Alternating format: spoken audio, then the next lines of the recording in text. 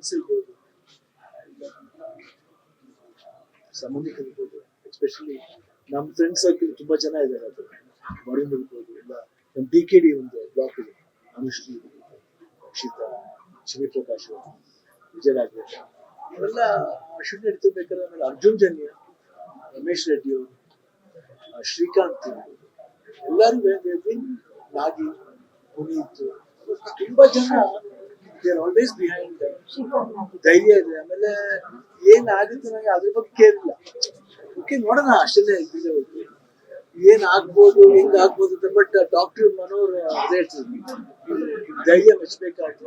ಹೆಂಗ್ ಓಪನ್ ಆಗಿ ಹೇಳಿದ್ದೀರ, ಇವತ್ತು ಇನ್ಸ್ಪಿರೇಷನ್ ಆಗಿತ್ತು. ಅವ್ರು ಬಂದು ಏನಿಲ್ಲ ಆಗಿ ಎಲ್ಲ ಆಯ್ತು, ಒಂದು 3-4 days ರಿಪೋರ್ಟ್ ಬಂತು, ಪೆಥಾಲಜಿ ರಿಪೋರ್ಟ್ ಬಂದು ಕ್ಯಾನ್ಸರ್ ಫ್ರೀ ಅಂತ.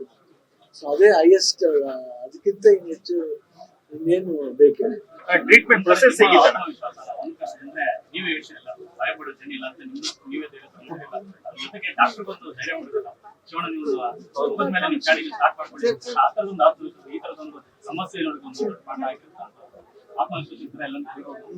ಎಲ್ಲ ಮನುಷ್ಯನಿಗೂ ಸ್ವಲ್ಪ ಭಯ ಇದ್ದೇ ಇರುತ್ತಮ್ಮ. ಜೊತೆಲಿ ಧೈರ್ಯ ಹೋಗ್ಬೇಕಷ್ಟೇ. ಏನೇ ಆದ್ರೂ ಪರವಾಗಿಲ್ಲ ಅಂತ ಮುಂದೋಗ್ಬೇಕಷ್ಟೇ. ಟ್ರೀಟ್ಮೆಂಟ್ ಪ್ರೊಸೆಸ್ ಹೇಗಿದೆ? ಯಾಕಂದ್ರೆ